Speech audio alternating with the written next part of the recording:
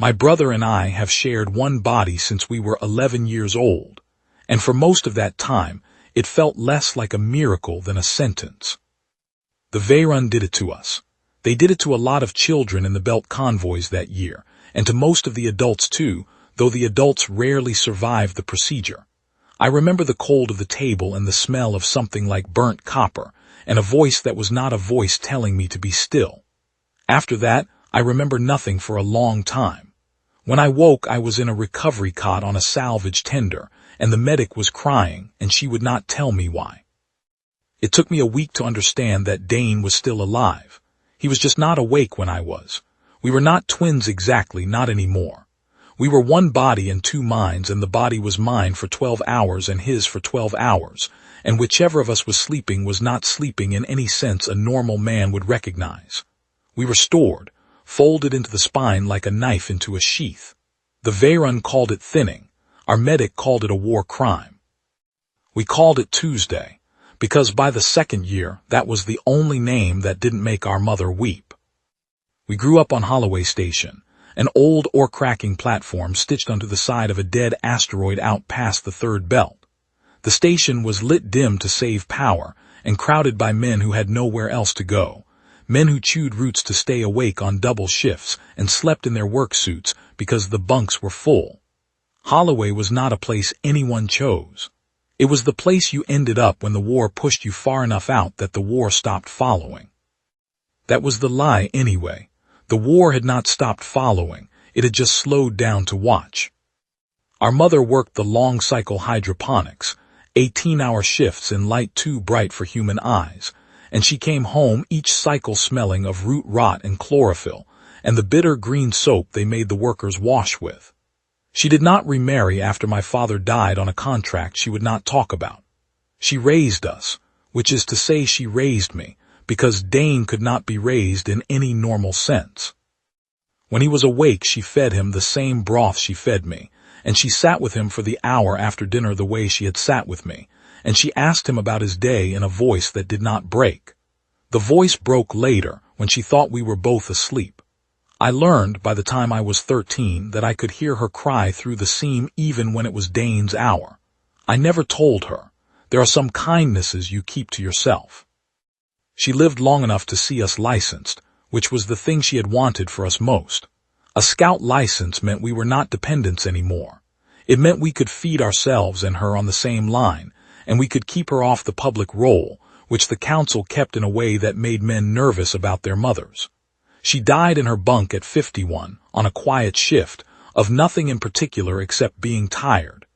Dane was the one awake when she went. He told me about it in the seam the next morning in a way I have never forgotten. He left me a feeling of a hand on a hand, and a long, slow letting go, and the soft, particular cold that comes into a room when the last warm thing has left it.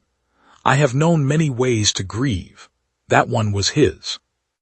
After that there was nothing on Holloway that owed us anything, and we owed Holloway nothing back. But we stayed. A man stays in the place his mother is buried even when the place is a dim corridor and a recycler intake, and Holloway is where ours is buried, and so Holloway is where we live. We took the bunk she had used and we never moved out of it. The bunk is too small for one man properly. For two men sharing one body in shifts, it is enough. I want to be honest about the years between the table and the contract, because if I am not honest about them, the rest of this will not land. The years were long. They were not interesting. They were the years of a thinned man doing thinned man's work, which is to say work the unthinned will not take. I scouted derelict ore tugs in regions the inner orbits called marginal. I cracked salvage out of hulls that should not have been crackable, because the council paid by the kilo, and not by the hour, and we needed the kilos. I drank the bad script liquor on the long nights between contracts, and Dane drank nothing because Dane did not drink. And our liver, our single shared liver, hated me for it and loved him.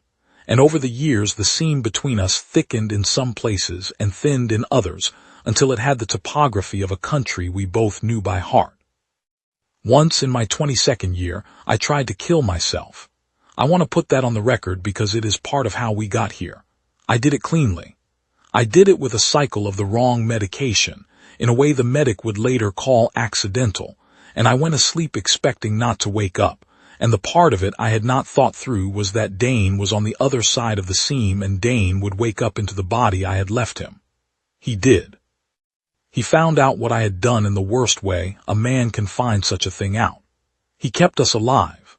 He walked us, on legs that would barely hold us, to the medic, and he made the medic understand without saying it that the body had been mishandled but that nothing else need be said, and he paid for the treatment out of our scrip, and he did not speak to me through the seam for 11 days. When he did, all he left me was a single weight, low and steady, in the center of the chest, and the weight meant don't. I have not done it again. I do not know that I would have the standing to do it again. The body is not only mine. It has not been only mine for a long time.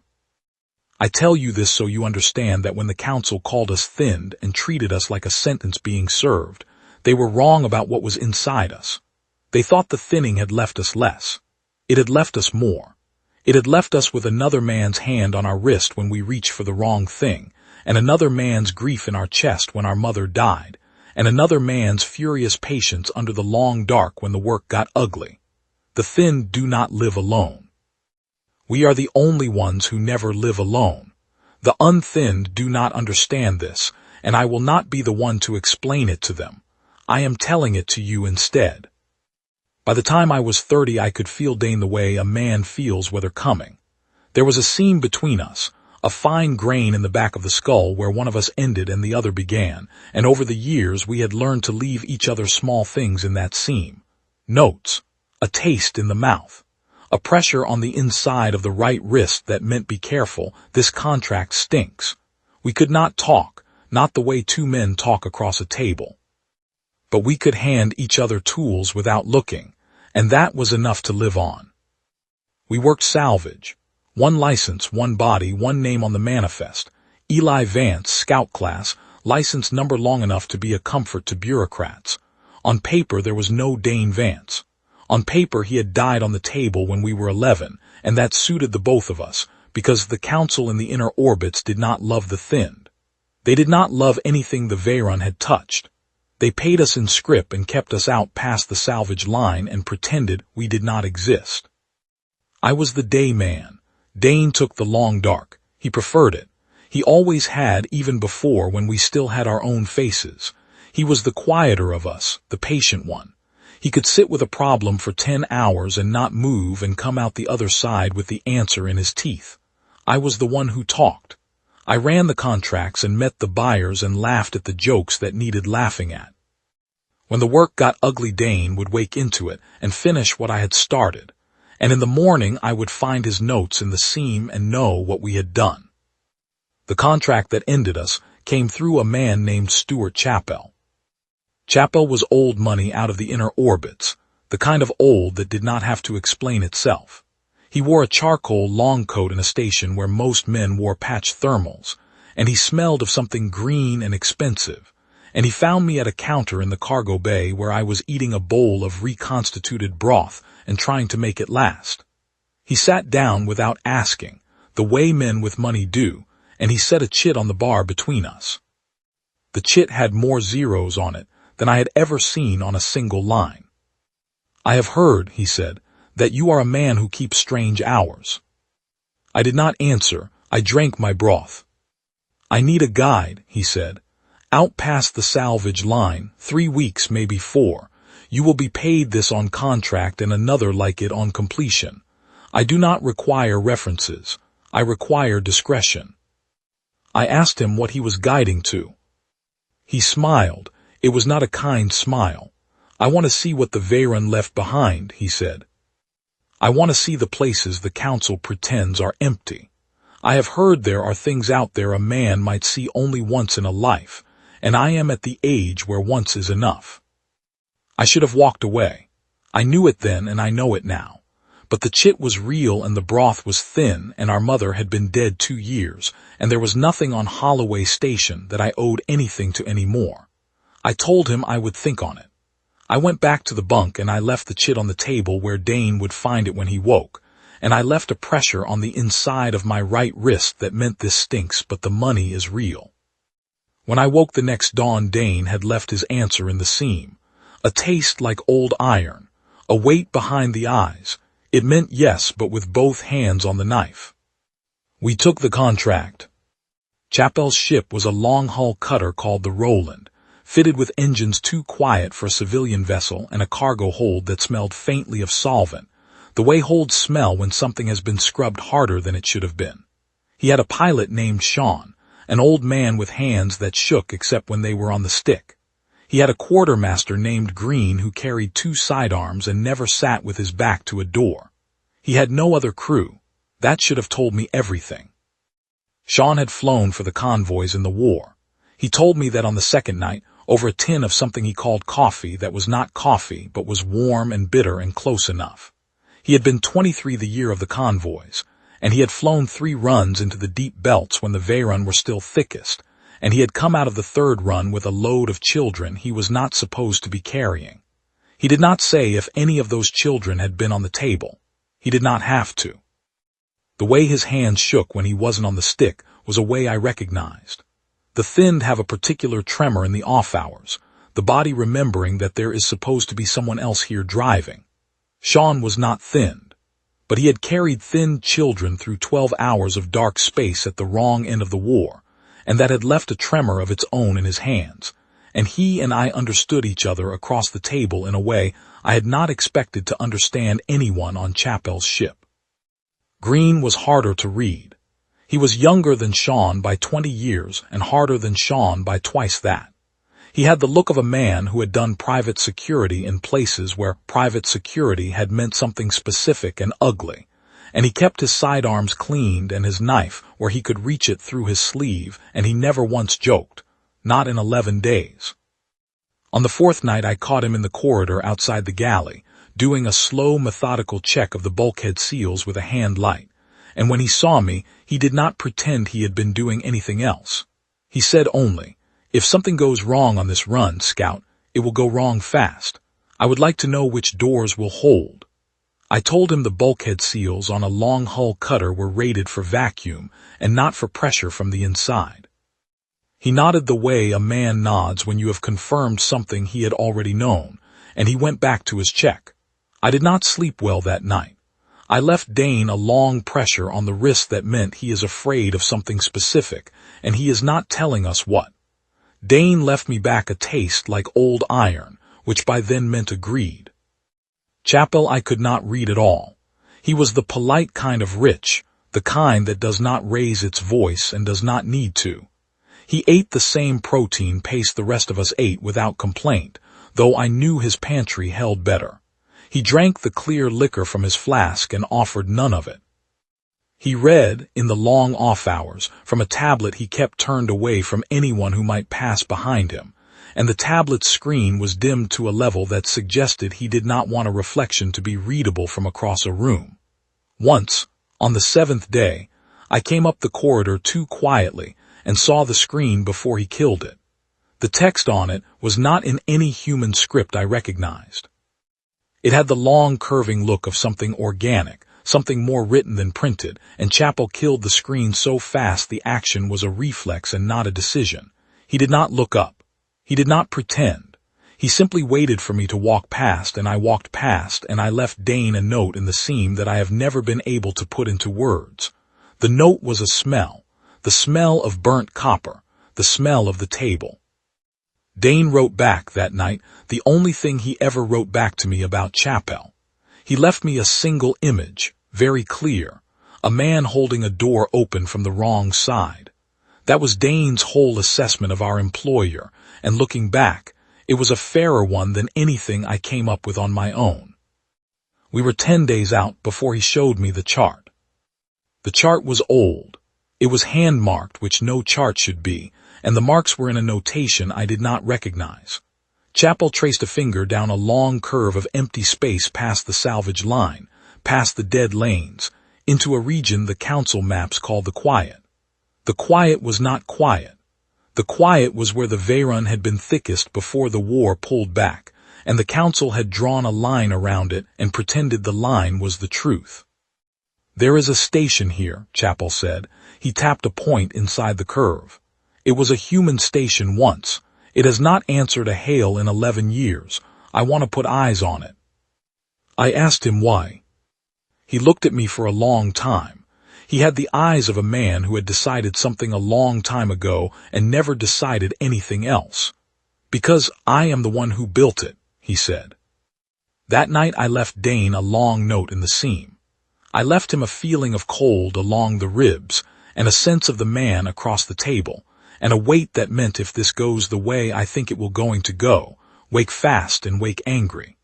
I felt Dane take the note and turn it over, the way he used to turn over a coin when we were boys, and then I felt him fold it away.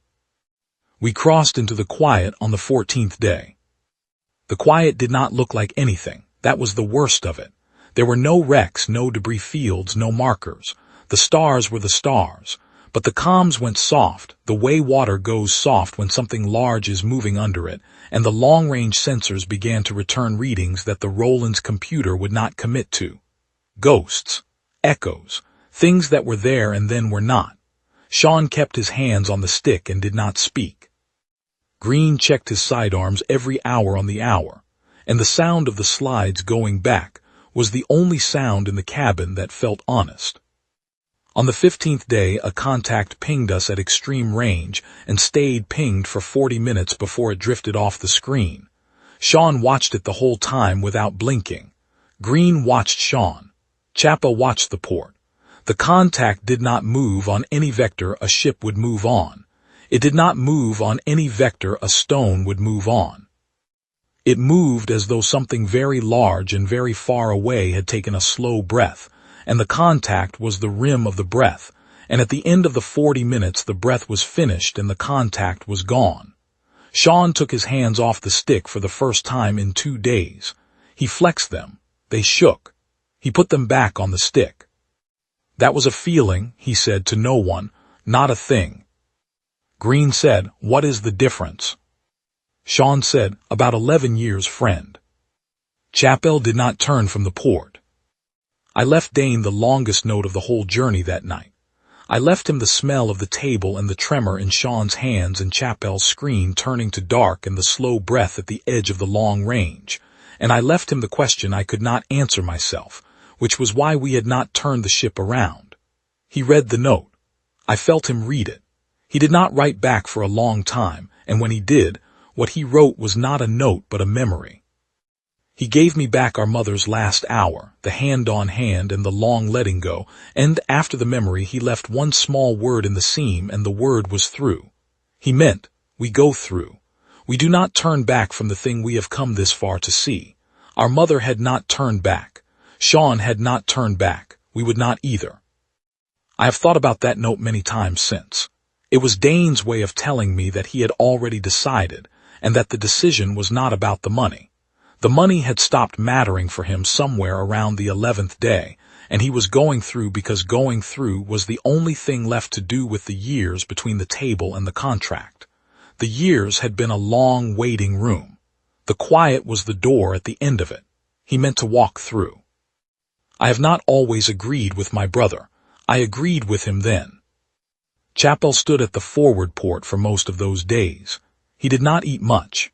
He drank a clear liquor from a flask he never offered to share. When I asked him what he was looking for, he said only that I would know it when I saw it. I saw it on the 19th day. The station rose into the port like a thing pulled up from deep water. It was huge. It was wrong.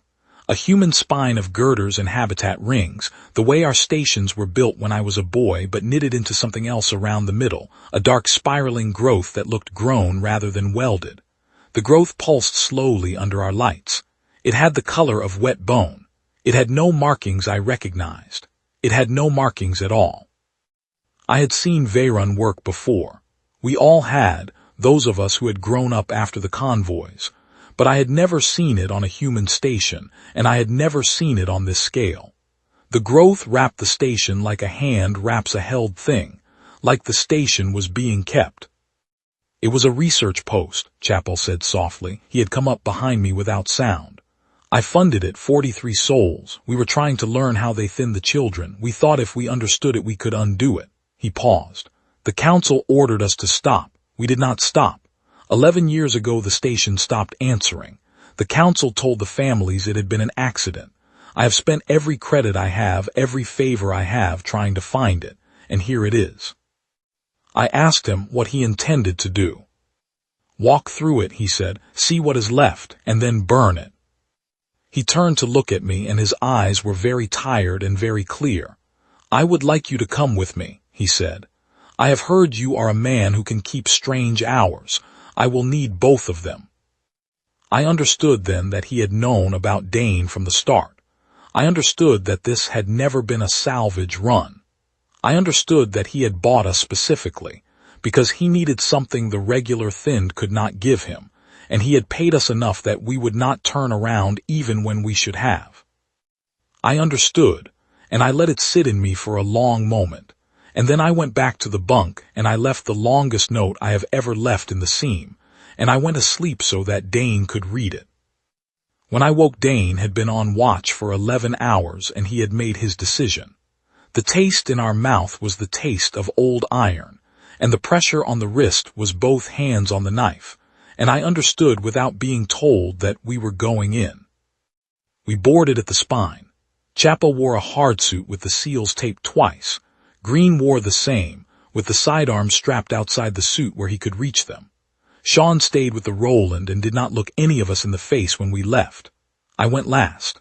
I carried a salvage cutter and a hand light and a roll of marker tape, and I left a long bright line behind me on the deck as we went in, because my father taught me that you never enter a wreck without a way to walk back out. The first compartment was clean. That was the wrong word for it, but it is the only word I have. The lights were dead, but the air was breathable. The deck plates were scrubbed.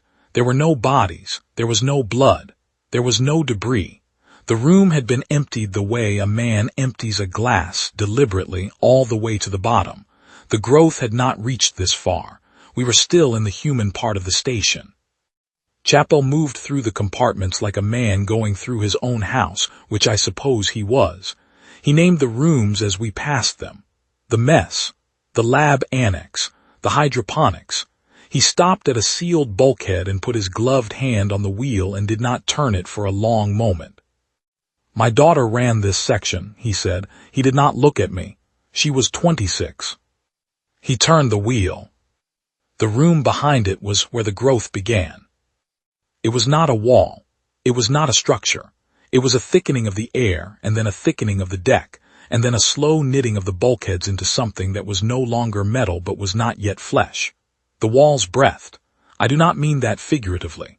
The walls breathed, a slow, shallow rhythm, and the handlights showed long, pale tendrils running through the new material like roots through old wood. I have seen many things in my life that I would not wish on a man. I have not seen many that I would not wish on a corpse. This was one.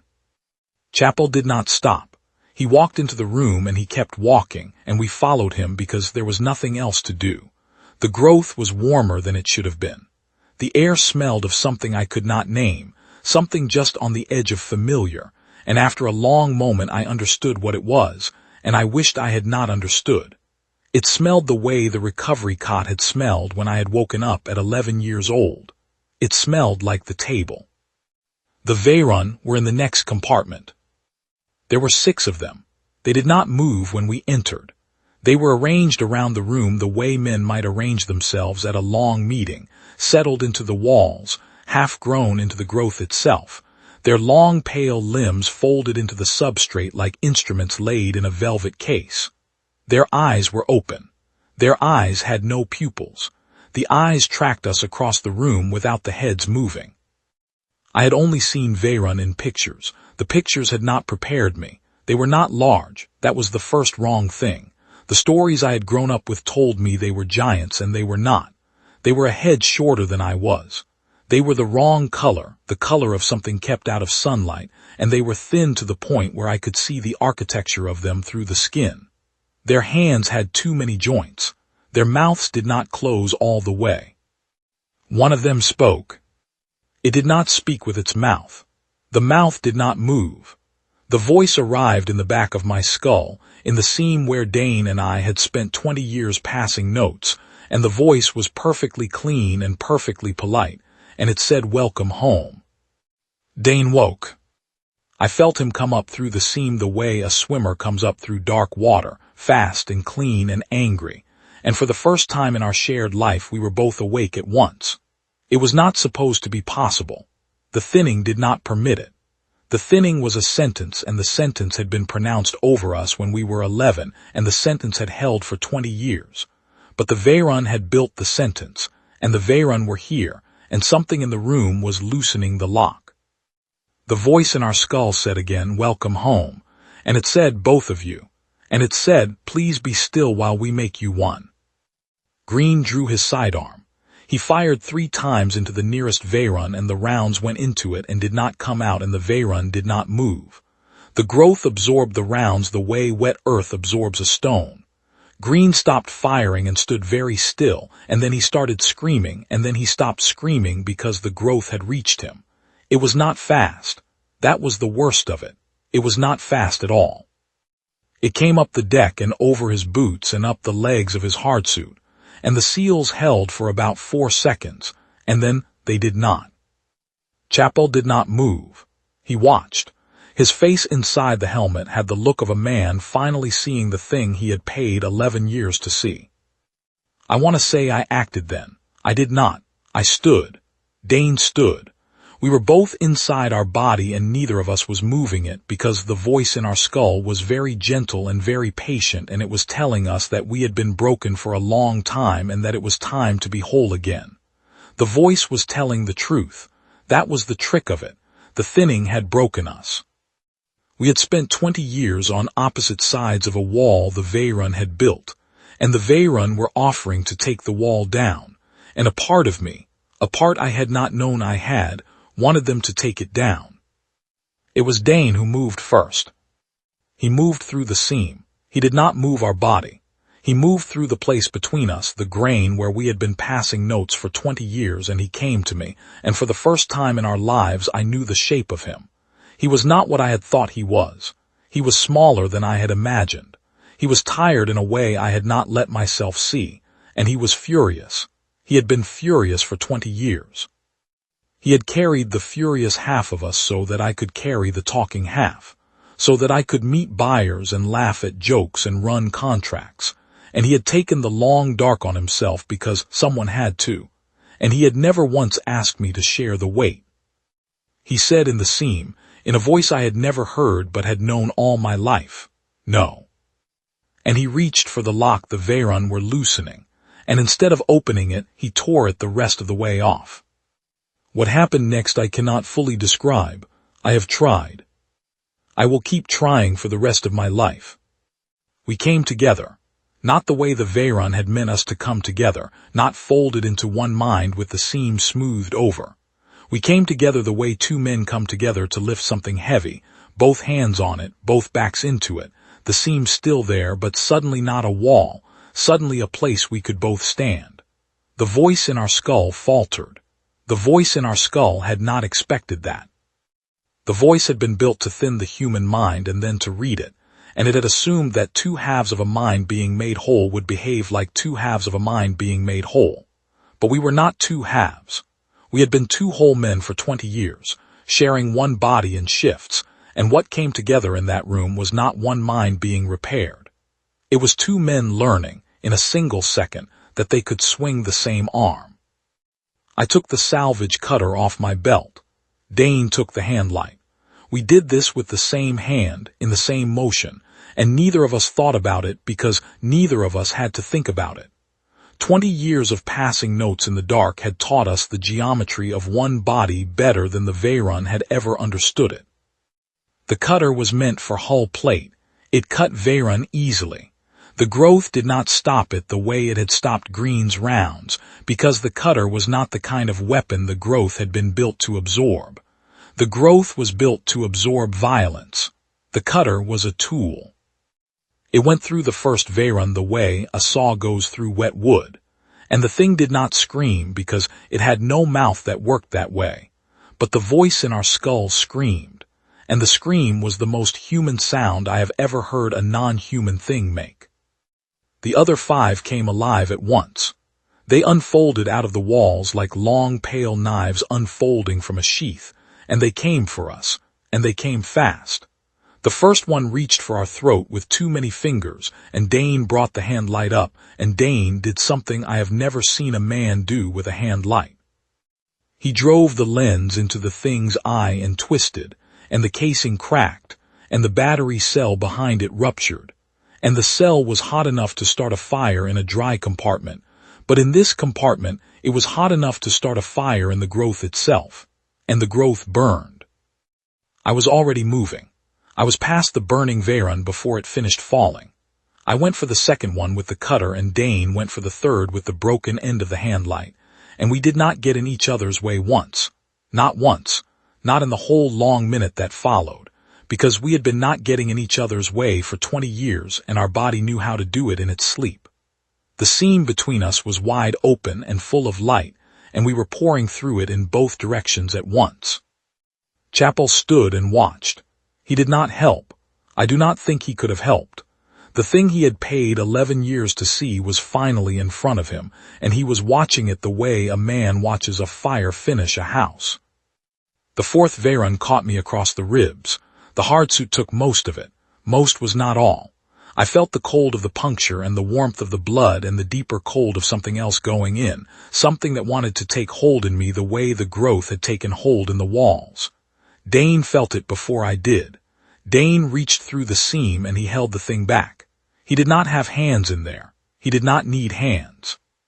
He had 20 years of holding the long dark on his own shoulders, and he had a furious quiet patience that no Veyrun had ever encountered in a human mind. And he held the cold thing back inside our body, while I finished the fourth Veyrun with the cutter, and turned for the fifth. The fifth was running. I have thought about that in the years since. I have thought about it a great deal. The Veyrun do not run. The Veyrun have never run from anything human. The stories I grew up on were stories of men running from Veyrun, of convoys running, of the whole long retreat to the salvage line being a kind of running. But the fifth Veyrun in that compartment was running, and it was running from us, and it ran for the growth and tried to fold itself back into the wall the way it had come out, and Dane and I did not let it. We caught it at the wall and we cut it out of the growth before the growth could take it back, and we finished it on the deck. The sixth was Chapel. I did not understand that for a long moment. The sixth Veyrun was Chapel. He was still in his hardsuit. He was still standing where he had stood, but the seal at his throat had failed in some way I had not seen fail, and there was something in the helmet with him, and the something had been there longer than the 11 years he had spoken of. The growth knew him. The growth had always known him.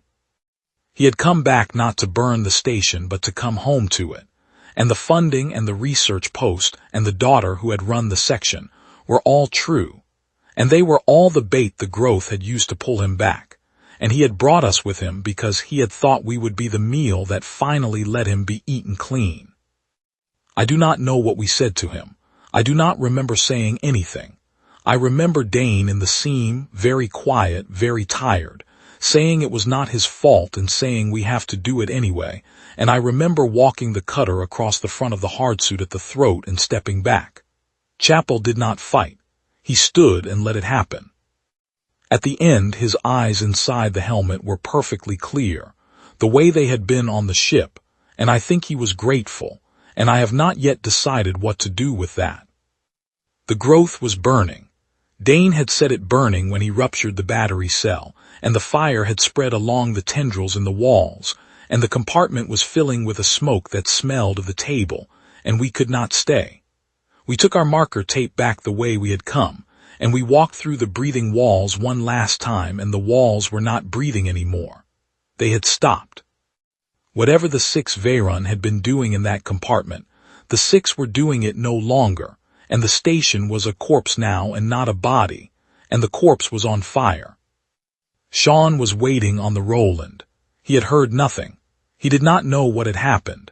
He took one look at our face when we came through the airlock and he asked no questions. He pulled us off the station hard.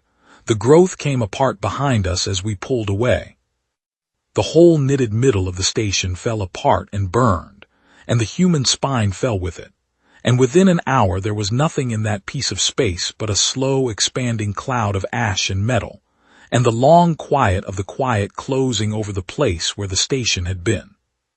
We did not speak for 2 days. By we I mean Sean and us. Dane and I spoke the whole way. We had a great deal to say. We had been passing notes for 20 years and we had a great deal of backlog. We had been awake together for the first time in our lives in that compartment, and the seam had not closed all the way when the fight had ended, and we found that it would not close. The Veyrun had loosened the lock and we had broken it the rest of the way off, and we could not put it back on. We were 2 men in one body, awake at the same time, for as long as either of us lived. It should have been a disaster. It was not. The thinning had taught us to live around each other for so long that being awake together was not chaos. It was a wider room. It was a longer table. There was more of us in there than there had been before, and there was room for more of us, and after the second day we began to laugh in a way I had not laughed since I was 11 years old. The laugh was Dane's laugh. I had not heard it. It was a good laugh. It was very dry. We made the salvage line on the 28th day. The council patrol that met us did not know what to do with us. The Roland was not on any manifest they recognized. Chapel was not aboard and could not be produced. Green was not aboard and could not be produced. Sean told them in his old shaking voice that we had been on a salvage run that had gone wrong, and that there had been an accident in the quiet, and that we were the only ones who had come back. The patrol commander looked at our face for a long moment and did not press. He had seen men come back from the quiet before. He had not seen many. They took our statements, and they impounded the Roland, and they let us go. We went back to Holloway Station because we had nowhere else to go. Our bunk was where we had left it. Our broth was thinner than it had been. The cargo bay smelled of the same machine oil and the same root chew and the same long, tired men, and none of it had changed, and all of it felt different. Because we had walked out of a room the Veyrun had built to swallow us, and the room had not swallowed us, and we knew now what we had not known before. We knew the Veyrun could be hurt. We knew they could run. We knew there were 6 of them in a room where there should have been none, and we knew the council had pretended there were none for 11 years, and we knew the pretending was a wall, and we knew now that walls could come down. We did not tell anyone, not at first. We did not have the words. The thinning had not been done to children since the war wound down, but the thinned themselves were still here, scattered across the belt and the salvage stations and the outer lanes, men and women living in shifts in their own bodies and pretending it was a sentence they had to serve alone. We knew after that compartment that it was not a sentence. It was a door. The Veyrun had built the door because they meant to walk through it, and they had not understood that doors swing both ways, and that what could be opened from one side could be opened from the other. It took us a year to find the next one. There was a woman on Calder Station, thinned at 14, working as a comms officer in shifts with her own younger sister. They had never been awake at the same time. We told them what we had learned. We told them what Dane had done in the seam. They did not believe us at first. They believed us later, when we left them alone in a quiet room and asked them only to try, and the older one came out of that room weeping, and the younger one was laughing the same laugh. Her name was Marta. Her sister's name was Iva. They had been on a freighter with their parents when the Veyrun took them, and they had been told for 20 years that their parents had died in the same procedure that had thinned them, and they had not let themselves believe it because believing it would have meant the procedure had a survival rate, and the survival rate had been their faces in the recovery cot and no one else's. When the seam between them opened the way Dane and I had opened ours, the first thing they did was sit on the floor of the room and hold the bodies' hands together and weep, and the weeping was not grief, or not only grief. It was the sound a man makes when he understands he has not been alone in a place he had been alone in for 20 years. I know that sound. I made it on the Roland on the long flight back from the station, in the bunk Sean had given me, with Dane in the seam beside me wide awake and not going anywhere. It is the sound of a long room finally getting another chair. The next one took us 4 months to find. After that they came faster because the thinned have a way of finding each other, and once Marta and Iva began to walk the long quiet stations the way Dane and I walked them, the word moved. There are 43 of us now, but there were 3 of us once, and then 5, and then 9, and the number grows in the way numbers grow when you are finally allowed to count. We learned things by trial. We learned that the lock the Veyrun had put on us was not the same in every thinned. Some locks loosened the way ours had, in a moment of pressure and danger, with a 6-folded Veyrun cell trying to read both halves at once.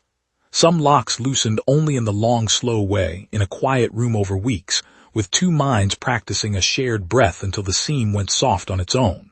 Some did not loosen at all, not yet, not for that pair. We do not push those pairs. The thinning is a wound, and you do not pry a wound. You sit with it and you wait, and you let the body decide. We learned this from a man named Vass on the Carrick line who tried to force his seam open and put himself and his brother in a coma for 3 weeks. They both came back. We do not push after Vass. We learned that the unthinned cannot do what we do. We tried in the beginning. We thought perhaps the trick was the seam itself, and that any 2 minds could learn to share a body if we taught them. We were wrong. The thinning is what gave us the seam, and you cannot give a man a seam without taking him to the table first, and we will not take a man to the table. The Veyrun's procedure dies with us. That is one of the things it costs them that they did not plan to pay. They cut us to make us less. They cannot uncut us, and they cannot cut anyone else without our knowing. And the children they would have thinned this year and next year are not being thinned, because every Veyrun cell we find we burn.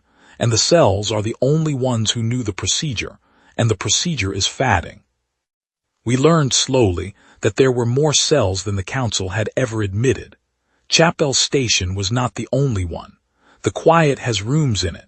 The council drew a line around the quiet because the council did not want to know what was in the rooms, because knowing would have meant going in, and going in would have cost what going in costs. We do not have that problem. We are 43 thinned souls who have been pretended out of existence for 20 years, and we are very good at walking into rooms the council would rather not see walked into. There is a kind of mathematics to it. 2 minds in one body cannot be flanked. We see in both directions at once. We do not startle because the half that is calm in any given second holds the half that is not, and the holding takes no time at all because the seam is not a distance. It is a place. The Veyrun built the seam to read us, and we learned to read each other across it. And now when we walk into a cell, we walk in with 2 pairs of eyes and 1 set of hands, and the hands move the way the eyes tell them to.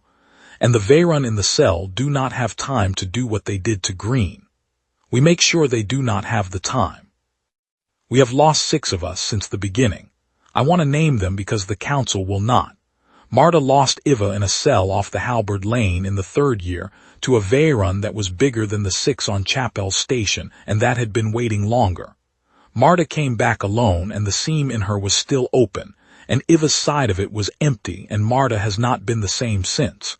She still works. She still goes into the rooms. She works alone in a body that was built for 2, and the body knows it, and she carries the empty seam like a man carries a missing arm. We do not ask her to stop. She would not stop if we asked. Vass and his brother are the 2 we lost in the coma trial, and I named them already. There was a man named Ortiz who walked into a cell on his own against our standing rule and did not come out, and his sister self with him, and we did not find the bodies. There was a pair from Calder, the Brennan twins, who walked into a cell that had been baited with a sound the Veyrun had not used in the war, and that we did not yet know the meaning of. We know the meaning now. We did not get the Brennans back. 6, there will be more, we know this. We do the work anyway. The council still pays us in scrip. They still keep us out past the salvage line. They still pretend we do not exist. That is all right. We have spent our lives being pretended out of existence, and we have learned the shape of it, and we have learned how to use it. Sean died in his sleep in his 83rd year, on Holloway, in a bunk down the corridor from ours. He had moved out to the station after the Roland was impounded, and he had stayed. He never asked us what had happened in that compartment. I think he had guessed enough of it not to need the rest. The morning after he died, Dane was awake, and Dane went down to the corridor and sat with the body for an hour before he called the medic. And what Dane said to him in that hour Dane did not share with me, not even through the seam. There are some things between a man and another man that do not pass through a brother. I understand this. I sat with the silence Dane left in the seam that morning, and the silence had the shape of a respect I did not need to be told the dimensions of. Green we never buried, the growth had him, there was nothing to bury. Chapel I do not know how to put down on paper. He was the man who sold us, and he was the man who freed us, and he was both at the same time, and he did not know he was the second one. He thought he was bringing us to the table to be unmade. He was bringing us to the room that would make us. I have not forgiven him. I do not think a man is required to forgive the one who used him, even when the using was the door he needed to walk through. But I have stopped wanting to spit on his name. That is the most I can offer, and the offering goes nowhere because he is dead, and the place he is dead is a cloud of ash in the quiet, and the cloud is still spreading. Dane is awake with me now as I write this. He has been awake with me for 9 years. He still prefers the long dark. He still does the quiet, patient thinking that I cannot do. And I still do the talking that he cannot do, but we do these things together now in the same head at the same time, and the seam between us is wide and full of light, and we pass things back and forth across it without thinking. I do not know what we are anymore. I do not think we are two men. I do not think we are one man. I think we are something the Veyrun did not mean to make, something they made by accident when they tried to break us, and I think there will be more of us, and I think the Veyrun will come to know what they walked into. The quiet is not quiet. It never was. There are rooms out there with things in them that have been waiting 11 years, 20 years longer. We know where some of those rooms are. We are going to walk into them. Last night late, after Dane and I had finished the day's work and were sitting on the edge of our bunk drinking the thin broth that has not improved in 20 years, he said something to me through the seam that I have been thinking about ever since. He said they thought they were thinning us. He said they did not understand what they were sharpening. Outside the port the quiet was very black and very long. Somewhere out in it, in a room we have not found yet, 6 more of them are folded into a wall like instruments in a velvet case, waiting for the next hardsuit to come through the door. They will not have to wait long. Tonight when I sleep, Dane will stay awake. Tomorrow when he sleeps, I will stay awake. And the day after that we will go back out past the salvage line. Into the dark the council has drawn a line around, and we will keep walking until we find the next room. That is the work now. That is the work for the rest of our lives. It is good work. It is hard work. And for the first time since I was 11 years old, on a cold table that smelled of burnt copper, with a voice that was not a voice telling me to be still, I am not alone in my own head. My brother is here. He has always been here. And the men who tried to take him from me are going to learn, one room at a time, what it cost them to leave him alive.